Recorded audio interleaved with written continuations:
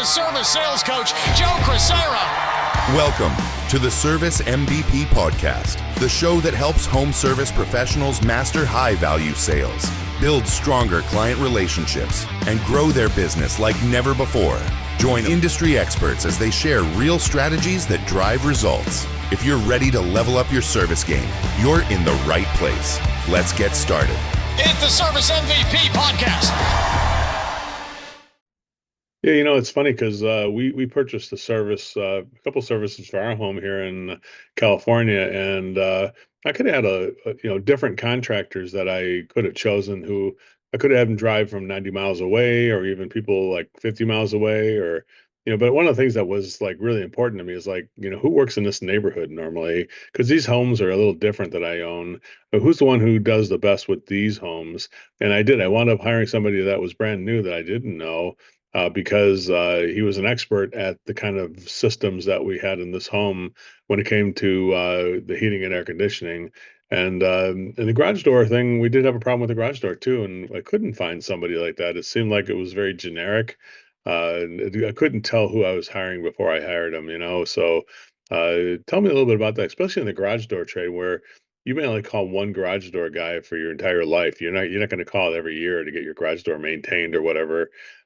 Something like this is something that you use it so rarely.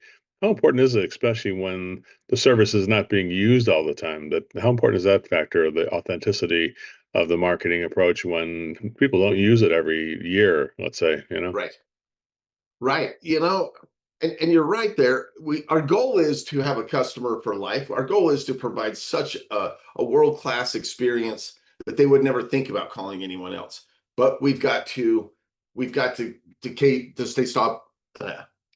stay top of mind with that customer, right? And so when we come over for that maintenance, for that spring repair, or if we're doing an HVAC tune-up, something like that, we need to make sure that these people have a memorable experience so that they will go to look for your sticker on the wall and not go to their Google and do a search.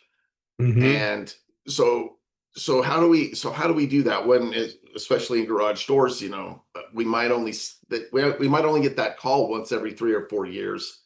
How do we stay in top of mind? Well, certainly our reviews, right? And this goes back just a minute ago to the bells and whistles that we see out there, the distractive shiny object syndrome.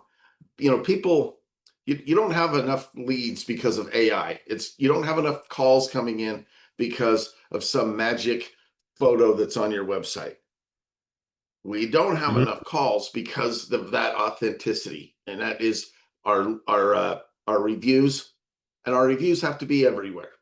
We have to get Google reviews. We have to have Facebook reviews, Angie, Home Advisor, Yelp. I know that sometimes we get frustrated by those various platforms, but they are high authority sites that we need to have reviews on. Mm-hmm. So Mm-hmm.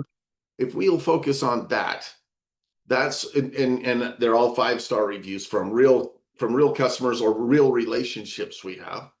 Well, man, now we're genuine. Now we're the real deal. Someone goes to either search for us or search for our service or search for us, and they see those reviews. This is that genuine connection. And in 2025, that's the that's the referral system. It's just like Mrs. Jones might be willing to tell her sister to use you. That's fine. That's a referral. But when Mrs. Jones is willing to get on Google and tell the world how great her experience is, man, that's money.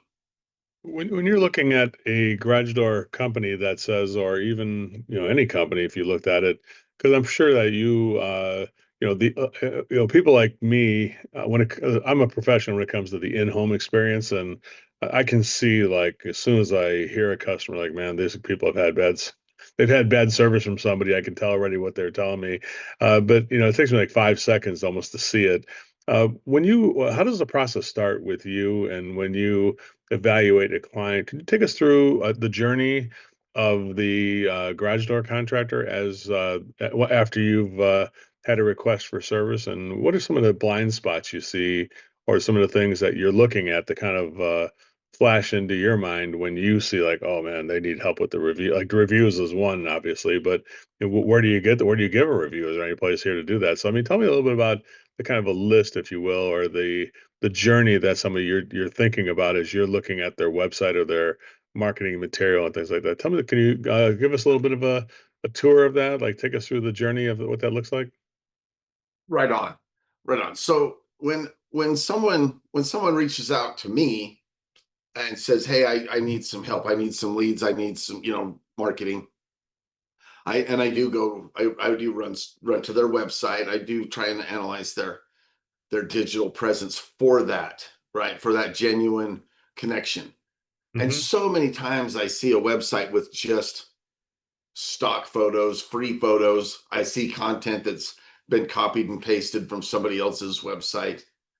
Um, and there's a couple of things there. When someone's searching for a local service, they do they do want to see local faces.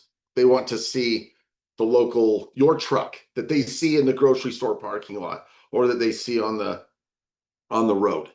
They Hmm. want to see the face of that they would see down at the ballpark, the little league games.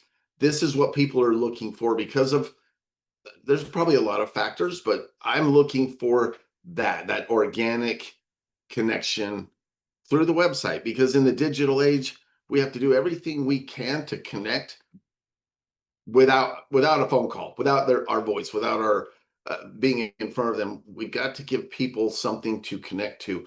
Otherwise, they bounce. If they come to a website and there's no people, there's no faces, there's just pictures of garage doors or pictures of a condenser unit outside or a water heater. They know this is just sort of generic. And Mm. and today people are getting wise to kind of some scam companies that are not the real deal. So people will bounce. That's bounce rate, right? When they come to a website and they'll look around for about 9 seconds. That's our attention span.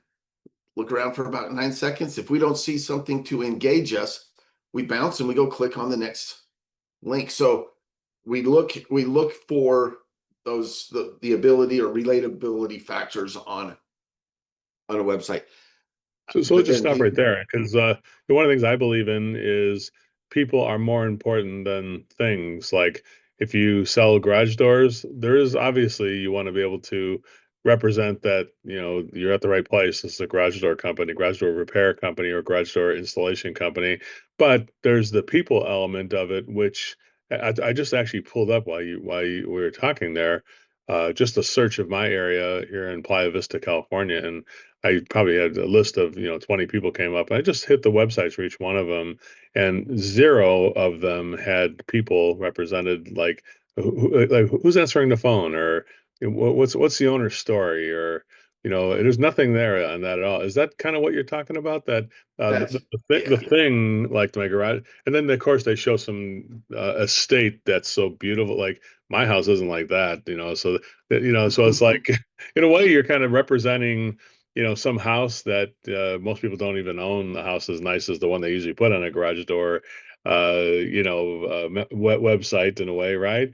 But Yeah. then there's the people kind of bring that back down to earth. Like, here's the kind of doors we work on, but here's the kind of people that you're going to get in that part of it. So, would you say that the people still favor that? I wonder if there's any statistics on when people see it, that the eyeball is drawn to the person rather than to the garage door. I wonder what that would look like if we did a study on something like that. What do you think?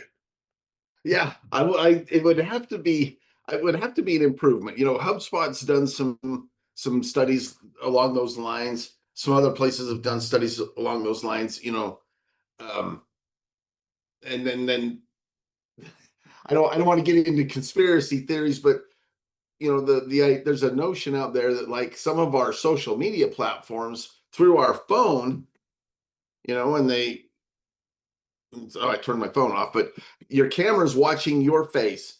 And some of the social media platforms say the rumors out there, they're actually watching where your eyes are at on the screen. I can tell you Hmm. right now that these platforms are tracking when you're scrolling, what's the kind of ad or what's the kind of content that you scroll through really fast and what makes you stop and look. even if you don't click on it, they look at what makes you stop it and look and spend time or reading something. Now, this is important data. And definitely, Facebook told us about photos, and then TikTok told us about videos and the importance of those. But the social media platforms have said, look, we know what kind of photos get engagement. And it is birthday parties, babies, puppies, anniversaries and weddings. These get the most comments. They get the most, certainly the stop the scroll. People will pause and look at the whole picture, read the content, read the captions, even if they don't like it or comment. This is data that the social media platforms are analyzing, and they're selling that data. So people are not stopping to scroll for an empty photo with just a garage door. They're not stopping to scroll for, here's a picture of an HVAC or a heating unit. But here's our latest and greatest tankless water heater. That doesn't stop the scroll. What stops the scroll is an engaging character. And that really needs to look local. It does. Yeah, I guess when you look at some of the stuff, then branding, even I think sometimes that one of the guys who are famous for branding is Dan Antonelli, and one of the things he's famous for, I think, is that brand character that's sort of like a person or an animal or some sort that makes you like, oh, that's interesting. What is that? It's like something that's alive. Materials and parts and things like that are dead. They're not. They don't have any life to it. The people bring it to life, I guess. But I think that's kind of like something that looks at us and has eyeballs and is interacting or smiling or whatever. It's sort of like the thing that kind of draws our eye to that. Would you agree? I would agree. I totally agree. And I would tell everybody, Dan Antonelli's book, Branded Not Blanded, man, that's awesome. That is awesome. Everybody should get that. And then if they want to take the next step, should probably get a hold of Dan for some branding help. But there's real psychology in what we do. And you know this because of your training. There's psychology to our sales process. There's psychology in our marketing. And it needs to start with being that authentic, having content that people can relate to and connect with. That's paramount. And like I said, people in 2025, people don't want a stranger coming to their home. Thank you for listening and watching the Service MVP podcast. I want to give you a copy of my free book. Just click on the link below in the description and one will be sent to you from me personally. Thank you so much for listening.